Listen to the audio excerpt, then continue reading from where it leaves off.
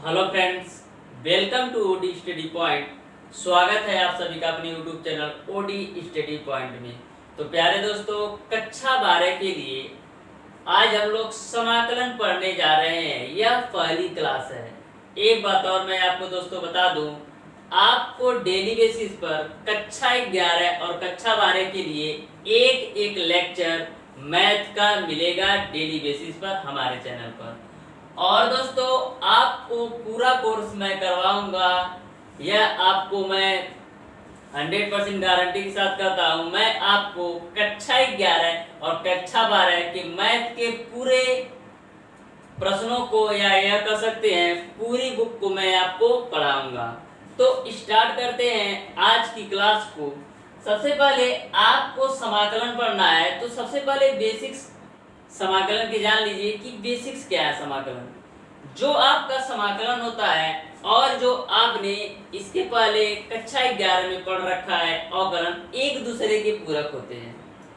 तो प्यारे दोस्तों, आपको समाकलन पढ़ने के लिए कुछ बेसिक कॉन्सेप्ट आपको समझना पड़ेगा अवकलन का। यदि आप बेसिक कॉन्सेप्ट अवकलन के समझ लेते हैं तो आप बिल्कुल अच्छी तरीके से आसानी से समाकलन के प्रश्नों को सॉल्व कर लेंगे। ऐसी बात नहीं है कि यदि आपने अवकलन नहीं पढ़ा है तो समाकलन समझ में नहीं आएगा। समझ में आएगा, लेकिन थोड़ा कम समझ में आएगा। यदि आप अवकलन को भी पढ़ लेते हैं तो बिल्कुल आसान भाषा में अच्छी तरीके से आपको समाकलन समझ में आएगा। तो इसके पहले ऑलरेडी मैंने अवकलन का एक बेसिक कॉन्सेप्ट पर एक वीडियो बना चुका हूं, जो कि नियर अबाउट आधे घंटे का होगा। तो उस वीडियो को यदि आप देख लेते हैं अवकलन के वीडियो के, तो आपको समाकलन बिल्कुल आसान भाषा में समझ में आएगी। तो डिस्क्रिप्शन में उसका लिंक मिल जाएगा, जरूर देखिएगा अवकलन को। उसके बाद से आपको मैं समाकलन पढ़ाता हूँ। तो सबसे पहले जो समाकलन का बेसिक फार्मूला होता है, इंटीग्रेशन x पे power n dx, integration x पे पावर n dx बराबर आपका होता है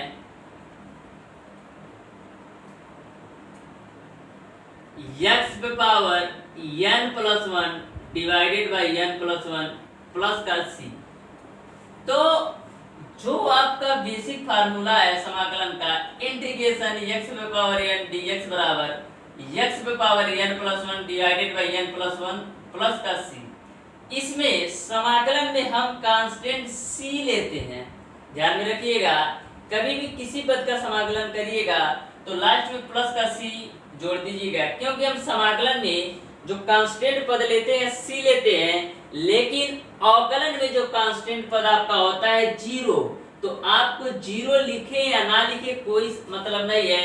लेकिन आपको अवकलन में आपका जो कांस्टेंट पद होता है जीरो होता है, तो जीरो को आप लिखे या ना लिखे कोई मतलब नहीं है। लेकिन समाकलन में जो आपका कांस्टेंट पद होता है c होता है, तो किसी भी पद का समाकलन कर लेने पर उसके लास्ट में आपको प्लस c जोड़ना होगा कांस्टेंट के रूप में। ओके, अब आपको मैं ये बता देता हूं कि जो आपका अवकलन और समाकलन जो ना होता है, जो आपका अवकलन और समाकलन दोनों होते हैं एक दूसरे के संबंधी होते हैं, एक दूसरे के पूरक होते हैं। जैसे मैं एक एग्जांपल लेकर के आपको मैं बता देता हूं। जैसे मान लीजिए मैंने ले लिया x स्क्वायर। x स्क्वायर आपका है, तो x स्क्वायर का मैं इधर एक साइड लिख लेता हूं अवकलन और दूसरे साइड में लिख लेता हूं समाकलन। तो पूरक का सेंस ये है कि यदि इसी पद का हम अवकलन करते हैं तो जो हमारा आंसर आता है, फिर उसी आंसर का यदि हम समाकलन करते हैं तो यही पद आपको मिल जाता है। यानी कि जो अवकलन है और समाकलन है एक दूसरे से रिलेटिव है, एक दूसरे से संबंधित है। तो एग्जांपल के रूप में समझिएगा, जैसे x स्क्वायर है तो x स्क्वायर का आपको अवकलन करना है, तो dy by dx x square, तो x स्क्वायर का अवकलन आपने देखा 2x आपको मिल गया। ओके, अब यहीं पर समाकलन कर दीजिए। समाकलन किसका करना है? इसका समाकलन करना है। इसका आपने अवकलन किया तो आपको इतना प्राप्त हुआ। अब इसी पद का आप समाकलन कर देंगे तो यही आपको मिल जाएगा। तो समाकलन कर दीजिए 2x का, तो इंटीग्रेशन 2x dx, इसका आपको समाकलन करना है। तो जो अचर पद होता है, अचर पद का सेंस ये है कि उसकी वैल्यू चेंज नहीं होती है। अचर पद यानी कांस्टेंट, उसकी वैल्यू जो होगी चेंज नहीं होती है। तो अचर पद को सबसे पहले आप बाहर कर लीजिए और इंटीग्रेशन कर लीजिए x dx। ओके, अब देखिए 2 हो गया। अब x dx का इसी फार्मूले पे आपको इंटीग्रेशन कर देना है। तो क्या हुआ है, x पे पावर n प्लस 1, तो यहाँ पर कोई भी घात दर्शाया नहीं गया, लेकिन एक घात तो है ही यहाँ पर, तो हो जाएगा x पे पावर n प्लस 1, यानी एक घात है एक उसमें और जोड़ देना है, बटे n प्लस 1, n का मान यहाँ 1 है तो 1 प्लस का 1 और जोड़ देना है, तो हो जाएगा 2x का स्क्वायर बटे कितना आएगा 2, तो 2 से कैंसिल हो जाएगा। तो यहाँ से आपका x स्क्वायर प्लस का c होगा। c लगाना बिल्कुल मत भूलिएगा, क्योंकि आप समाकलन कर रहे हैं तो इसको कांस्टेंट c जरूर लगाइएगा। तो इस तरीके से आपको मैंने बताया अवकलन और समाकलन दोनों किस तरीके से एक दूसरे के पूरक होते हैं। जैसा कि आपने x स्क्वायर का एग्जांपल देखा, x स्क्वायर का आपने अवकलन किया 2x पाया, इसी 2x का आपने समाकलन किया तो x स्क्वायर प्लस c, यानी यही पद आ गया। तो इस तरीके से अवकलन और समाकलन कहीं ना कहीं एक दूसरे से संबंध रखते हैं, एक दूसरे के रिलेटिव हैं। तो यहाँ तक आपको समझ में आ गया होगा कि समाकलन और अवकलन एक दूसरे से कैसे संबंध रखते हैं। अब कुछ बेसिक से फार्मूले हैं समाकलन के, उसको मैं आपको नोट करवा देता हूँ, आप अपने नोटबुक में नोट कर लीजिएगा। फिर मैं आपको प्रश्नावली 7.1 के प्रश्नों को सॉल्व करवाऊंगा। इंटीग्रेशन x पे पावर n dx बराबर होता है x पे power n plus 1 divided by n plus 1 plus का c। इंटीग्रेशन dx बराबर होता है x plus c। Integration sin x dx बराबर होता है minus cos x plus c। Integration cos x dx बराबर होता है sin x plus c। Integration sec square x बराबर होता है tan x plus c। Integration cosec square x बराबर होता है माइनस का cot x plus c। Integration sec x into tan x बराबर होता है sec x plus c। Integration cosec x into cot x बराबर होता है माइनस का cosec x plus c। Integration dx upon root over 1 minus x square बराबर होता है sin inverse x plus c। Integration dx upon 1 minus x square बराबर होता है माइनस का cos inverse x plus c। दोनों में अंतर ये है, यदि यही फार्मूला ऐसे दे देता, माइनस यहाँ पर लगा लेता तो यहाँ से माइनस हट जाता। बस फर्क इतना है, यदि dx upon root over 1 minus x square दिया रहे तो sine inverse x plus c होगा। यदि माइनस का dx upon root over 1 minus x square दिया रहे तो cos inverse x plus c होगा। तो आप ऐसे लिखिए dx upon root over 1 minus x square minus का cos inverse x plus c, या यहाँ पर माइनस लगाए, बात बराबर है। ओके, अब dx upon 1 plus x square बराबर tan inverse x plus c, dx upon 1 plus x square बराबर माइनस का cot inverse x plus c। Same चीज यहाँ पर भी फॉलो करता है। यदि आप यहाँ पर माइनस लगाते हैं तो यहाँ से माइनस हटाना पड़े, ऐसा इसलिए हो जाता है क्योंकि अगर मैं दोनों साइड माइनस से गुणा कराता हूँ तो दोनों साइड इस कंडीशन में यदि आप माइनस से गुणा कराते हैं तो यहाँ से माइनस हटेगा तो यहाँ लग जाएगा। अब पुनः दोबारा यदि माइनस से दोनों साइड गुणा कराते हैं तो यहाँ से माइनस हटेगा तो यहाँ माइनस लग जाएगा। तो इस तरीके से आप दोनों तरीके से इसको समझ सकते हैं। नेक्स्ट फार्मूला आपका है integration dx upon x root over x square minus 1 बराबर होता है sec inverse x plus c। Integration dx upon x root over x square minus 1 बराबर होता है माइनस का cosec inverse x plus c। इसमें भी सेम कंडीशन लागू होगा। यदि माइनस से मैं दोनों साइड गुणा करा देता हूं तो इधर आपका माइनस चला आएगा, यानी कि minus dx upon x root over x square minus 1 बराबर cosec inverse x plus c हो जाएगा। Integration e to the power x dx का जो मान होता है e पे power x plus c। e पे पावर x का चाहे आप इंटीग्रेशन करिए या डिफरेंशिएशन, यानी कि अवकलन करिए या समाकलन। इंटीग्रेशन को हिंदी में समाकलन बोलते हैं और डिफरेंशिएशन को हिंदी में अवकलन बोलते हैं। ओके, तो e पे पावर x का चाहे अवकलन करिए चाहे समाकलन, दोनों का सेम ही होता है e पे पावर x ही। इंटीग्रेशन 1/x dx का जो समाकलन होता है log x plus c, integration a पे पावर x dx का a पे power x log a plus c। तो इस तरीके से बेसिक फार्मूला मैंने आपको नोट करवा दिया। अब सॉल्व करते हैं क्वेश्चंस को प्रश्नावली 7.1 के।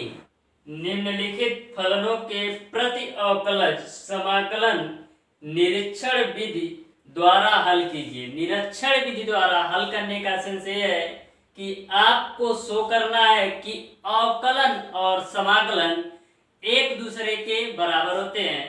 तो क्वेश्चंस के माध्यम से मैं आपको समझाऊंगा तो पूरी तरह से आपको क्लियर हो जाएगा। लेते हैं पहला क्वेश्चन। पहला क्वेश्चन आपका है sin 2x। sin 2x को आपको प्रति अवकलज समाकलन निरीक्षण विधि से सॉल्व करना है। तो निरीक्षण विधि से सॉल्व करने का तरीका क्या है, ध्यान से समझिएगा। सबसे पहले सोचना आपको ये है कि किसका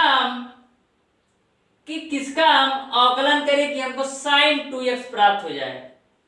किसका हम अवकलन करें कि sin 2x प्राप्त हो जाए।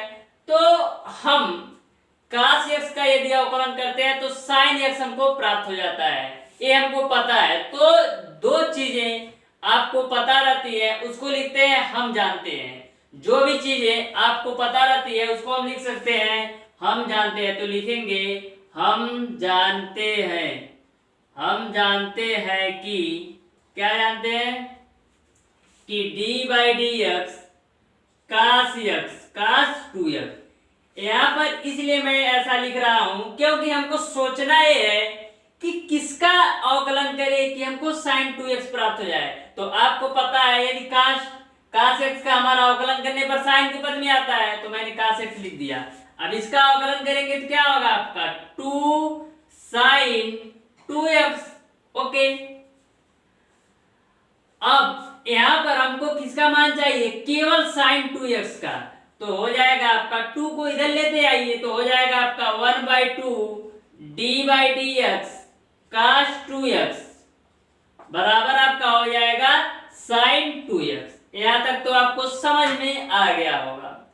अब समाकलन के फॉर्म में लिख दीजिए तो हो जाएगा आपका इंटीग्रेशन sin 2x बराबर हो जाएगा आपका 1/2 cos 2x। यही आपका आंसर हो जाएगा। निरीक्षण विधि से सॉल्व करने का सेंस ये है कि आपको अवकलन के माध्यम से समाकलन निकालना है और शो करना है कि दोनों एक दूसरे के बराबर होते हैं, अवकलन और समाकलन। तो इस तरीके से sin 2x का समाकलन निरीक्षण विधि से 1/2 cos 2x प्लस का c लगाना बिल्कुल मत भूलिएगा, क्योंकि यही दर्शाता है कि आपने इसका समाकलन किया है जो कांस्टेंट है। प्लस का c समाकलन करते समय कभी मत भूलिएगा। अब देखते हैं नेक्स्ट क्वेश्चन। क्वेश्चन नंबर 2 इसका देखिएगा, दिया cos 3x का आपको निरीक्षण विधि से सॉल्व करना है। तो सबसे पहले आपको सोचना ये है कि किसका हम अवकलन करें कि cos में पा जाए। तो हम यदि sin का अवकलन करते हैं तो cos के पदों में पाते हैं, तो कर दीजिए। सबसे पहले आपको लिखना पड़ेगा हम जानते हैं कि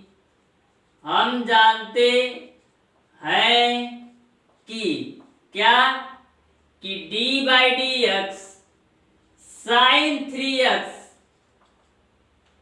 यदि मैं sin का अवकलन करूंगा तो cos के पद में आ जाएगा। इसका अवकलन कर दीजिए तो आपका क्या आ जाएगा 1/3 cos 3x।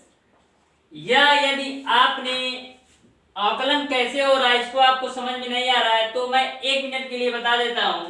जैसे आपका sin 3x है तो इसका आपको अवकलन निकालना है, तो क्या करते हैं आप 3x को मान लीजिए t है कि 3x बराबर मैंने t मान लिया, तो आपका क्या हो जाएगा d/dx sin t। ओके, मैंने क्या कहा कि जो 3x है इसके बराबर पर t मान लीजिए, तो अब किसका आपको अवकलन करना है d/dx sin t का। तो sin t का अवकलन क्या होता है, sin t का अवकलन आपका cos t तो होता ही होता है, लेकिन जो t आपने माना है, जो t आपने माना है 3x का भी अवकलन करना पड़ता है। तो 3x का अवकलन करेंगे तो आपका आगे 3 आ जाएगा, यानी कि आपका 3 cos t हो जाएगा। तो 3 cos t का वैल्यू कितना रखना है 3x, तो 3x यहाँ पर रख दीजिए। तो इस तरीके से अवकलन किया जाता है। एक बार और समझ लीजिए, मैंने sin 3x का आपको अवकलन निकालना है, तो सबसे पहले मैंने मान लिया 3x बराबर t, तो अब आपको किसका अवकलन निकालना है d/dx sin t, क्यों, क्योंकि 3x की जगह मैंने t मान लिया। अब sin t का अवकलन करेंगे तो cos t होता है, लेकिन जो आपने माना है t की वैल्यू उसका भी अवकलन करना पड़ेगा, यानी 3x का आप अवकलन करेंगे तो 3 आ जाएगा। तो इस तरीके से आपका sin 3x का जो अवकलन होगा वह 3 cos 3x। ओके, यहां तक आपको समझ में आ गया। अब किसका आपको समाकलन करना है, केवल 3x का समाकलन करना है। तो जो 3 है, जो आपका सॉरी यहां पर 3 cos 3x होगा, 3 cos 3x, तो आपको केवल cos 3x का समाकलन करना है। तो 3 को इधर लेते आइए, तो आपका हो जाएगा cos 3x बराबर 1/3 d/dx sin 3x। अब समाकलन दोनों लगा दीजिए, तो हो जाएगा समाकलन cos का 3x बराबर आपका कितना आ गया 1/3 sin 3x, यही आपका आंसर हो गया। प्लस का सी लगाना बिल्कुल मत भूलिएगा। ओके, यहां तक तो आपको समझ में आ गया होगा। देखते हैं नेक्स्ट क्वेश्चन। तीसरा क्वेश्चन है आपका e⁻2x को भी आपको निरीक्षण विधि से ही सॉल्व करना है। तो सबसे पहले आपको सोचना यह है कि किसका हम अवकलन करें कि e⁻2x आपका मिल जाए। तो सबसे पहले आपको लिखना है कि हम जानते हैं कि क्या जानते हैं d/dx e⁻2x। अब इसका आपको अवकलन करना है, तो क्या करेंगे 2x को आपने t मान लिया, तो आपका जो अवकलन हो जाएगा 2e⁻2x। ओके, अब आपको किसका मान चाहिए, आपको केवल e⁻2x का मान चाहिए। तो 2 को इधर लेते आइए, तो हो जाएगा 1/2 d/dx e⁻2x बराबर हो जाएगा e⁻2x। अब समाकलन लगा दीजिए, तो समाकलन आपका हो जाएगा e⁻2x बराबर 1/2 e⁻2x। प्लस का सी लगाना बिल्कुल मत भूलिएगा, यही आपका आंसर हो जाएगा। लेते हैं नेक्स्ट क्वेश्चन। चौथा क्वेश्चन आपका है ax प्लस b का होल स्क्वायर, इसको भी निरीक्षण विधि से सॉल्व करना है। तो सोचना ये है कि कितना हम ले कि हमारा स्क्वायर के रूप में आ जाए। यदि मैं क्यूब के फॉर्म में लेता हूं और उसका अवकलन करता हूं तो स्क्वायर के फॉर्म में आएगा। तो लिखेंगे हम जानते हैं कि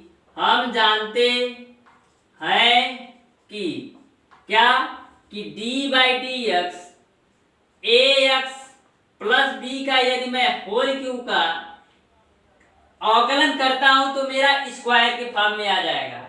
तो इसका अवकलन आप कैसे करते हैं, सबसे पहले आपको मानना पड़ेगा कि ax प्लस b बराबर t, तो पूरे के जगह पर आप t रखेंगे, यानी ax प्लस b बराबर t, यानी t क्यू का आपका d/dx निकालना है। तो t क्यू का d/dx निकालेंगे तो 3t स्क्वायर तो होगा ही होगा, लेकिन जिसको आपने t माना है इसका भी अवकलन करना पड़ेगा। तो b कांस्टेंट है तो इसका तो 0 हो जाएगा और ax का a हो जाएगा, यानी जो आपका ए पूरे का अवकलन होगा 3t स्क्वायर इंटू का a।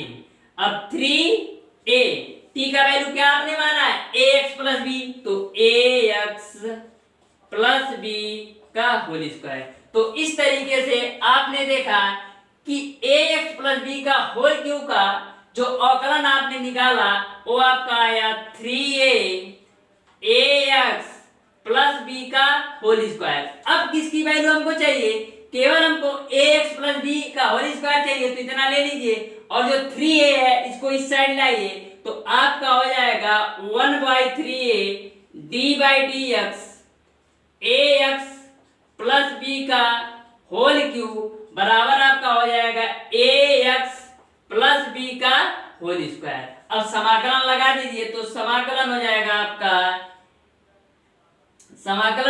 आपका ए एक्स प्लस बी का होल स्क्वायर बराबर 1/3a और हो जाएगा ए एक्स प्लस बी का होल क्यूब। प्लस का सी लगाना बिल्कुल मत भूलिएगा, यही आपका आंसर हो जाएगा। क्वेश्चन नंबर 5 दिया है sin 2x माइनस 4e⁻3x। इसको आपको निरीक्षण विधि से सॉल्व करना है। तो सबसे पहले दो पद दिए हैं, एक sin 2x और एक 4e⁻3x है, तो एक एक करके करेंगे। पहले इसका आप सॉल्व करेंगे फिर इसका। तो लिखेंगे हम जानते हैं कि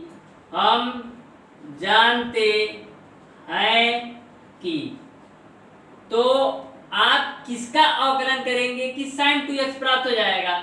तो यदि मैं cos का अवकलन करता हूं तो sin के पद में आ जाए, तो d by D x cos 2x बराबर हो जाएगा आपका।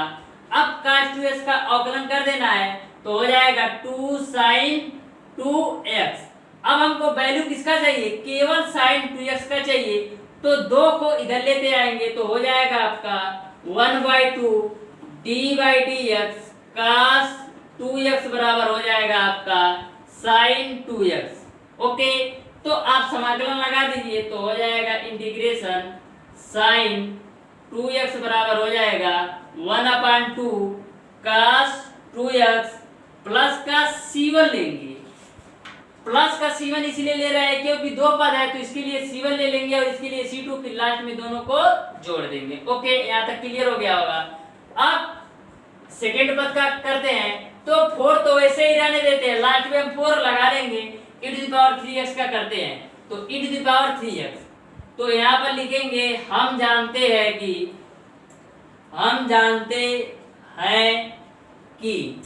क्या कि d by D x e⁻3x का यदि हम अवकलन करते हैं तो ये फॉर्म आ जाएगा। क्यों, क्योंकि e⁻x का चाहे अवकलन करे चाहे समाकलन दोनों का सेम होता है e⁻x।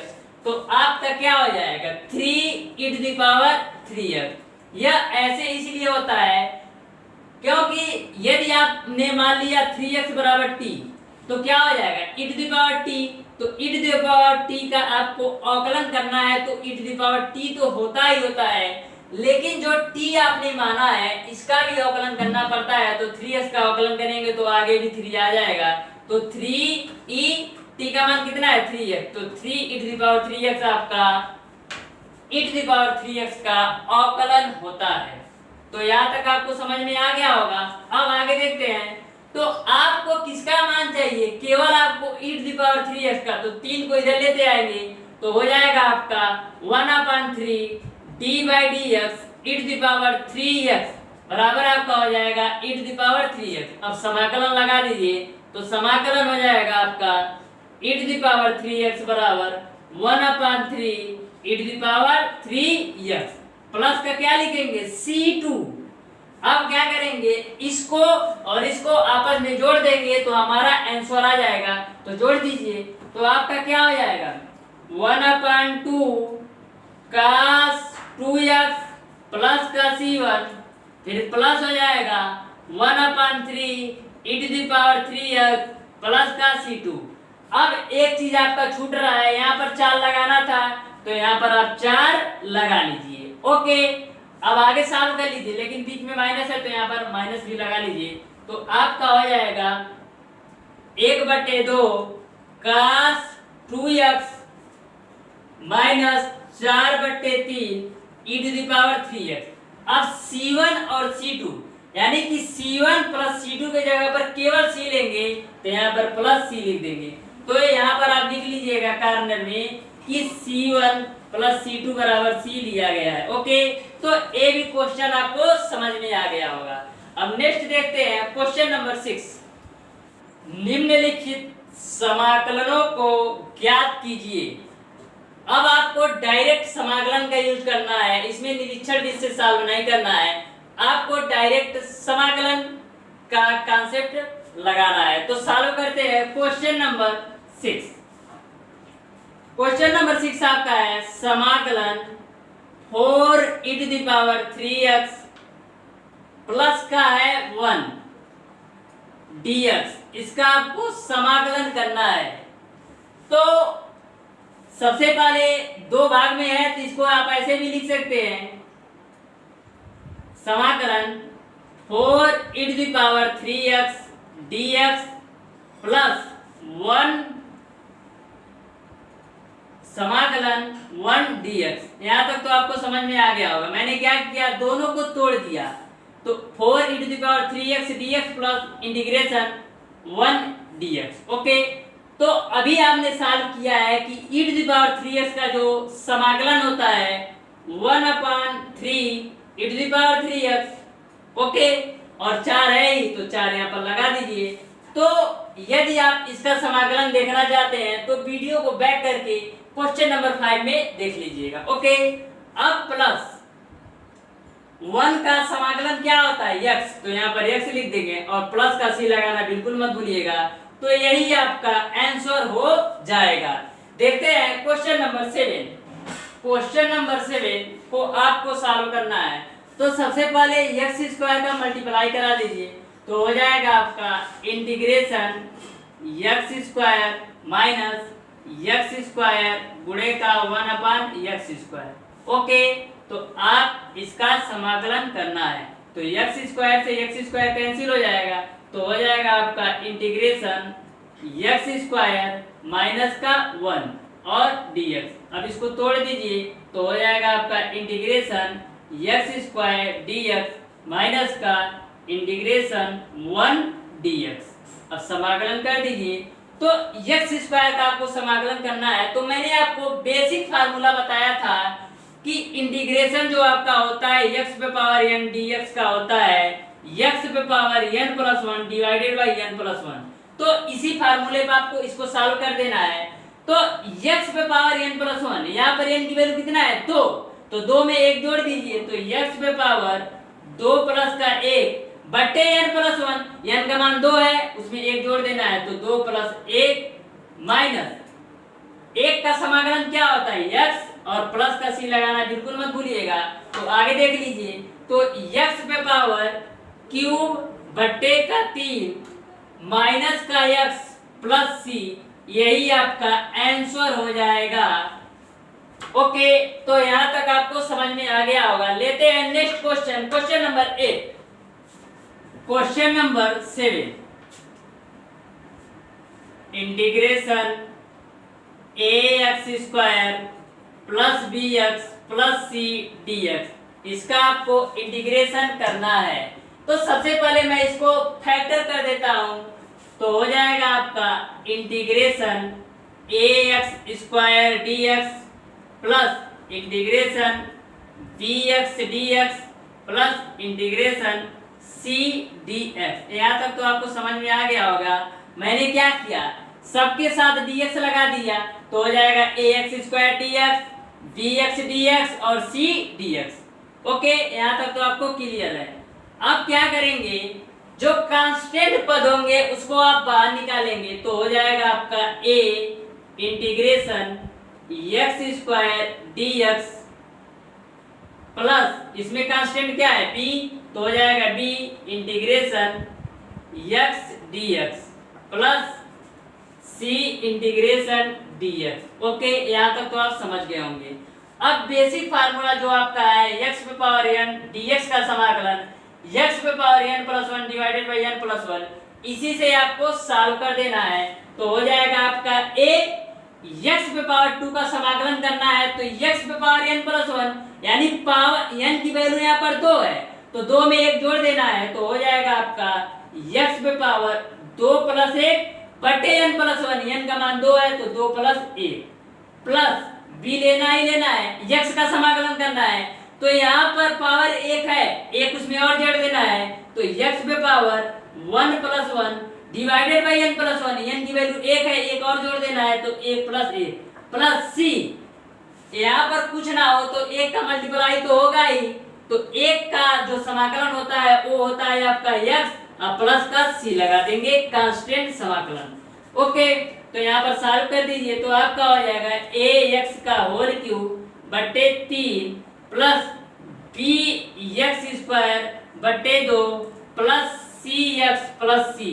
तो यही आपका आंसर हो जाएगा, इसको आप C1 ले लीजिए। ओके, तो इस तरीके से आप किसी भी क्वेश्चंस का समाकलन कर सकते हैं। तो प्यारे दोस्तों,